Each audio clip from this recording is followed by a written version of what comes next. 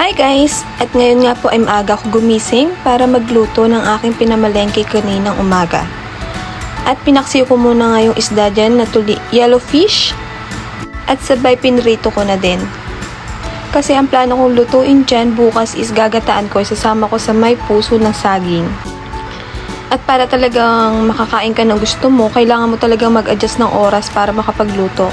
Kasi kung sakto ka sa alarm nagigising, hindi ka na talaga aabot sa pagluluto. Kaya nga kung gusto mo talagang kumain ng mas masarap, kailangan mo gumising ng mas maaga. Kailangan mo mag-sacrifice. Joke lang po. At dahil bukas ko pa naman siya gagataan, ang ulam muna namin ngayon is prito tsaka yung gulay lang. Kaya nga gumawa na ako ng mas masarap na sausawan. Ako lang ba dito yung hindi makakain ng walang sili? Grabe. Hindi talaga kompleto yung araw ko na kumakain kapag walang sili.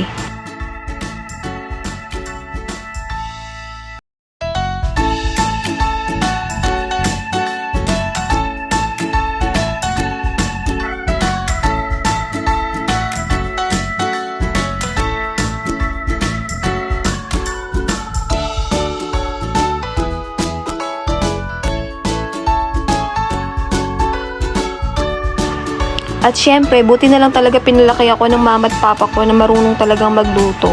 Kasi kung hindi, kawawa talaga ako. Lagi na lang akong aasa sa pagbili ng pagkain. Hindi ko talaga mararanasang magluto pag ganito. Hindi ko makakain yung gusto ko. Share ko lang sa inyo.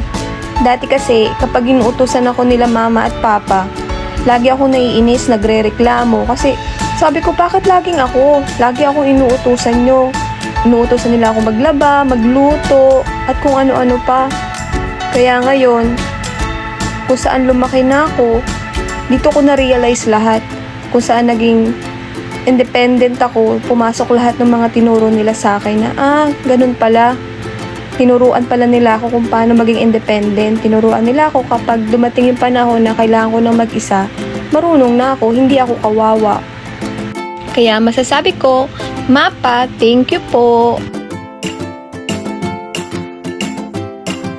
Kaya sa mga kabataan ngayon, ang masasabi ko sa inyo, huwag na kayong magreklamo kapag inuutusan kayo. Kasi para sa inyo din yan balang araw. Maiintindihan nyo na lang yan kapag dumating yung araw na mag-isa na kayo. Kailangan nyo na maging independent.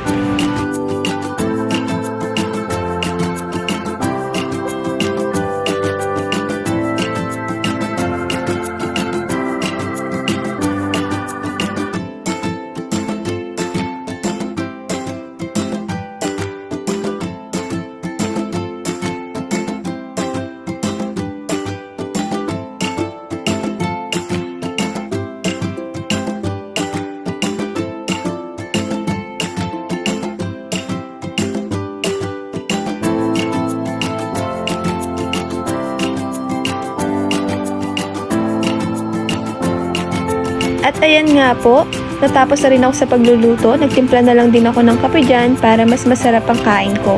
At syempre, sa mga gusto po mag-avail ng anime t-shirt, PM nyo lang po ako at mag-comment lang po kayo dito sa video. Maraming salamat po. Thank you for watching. Bye!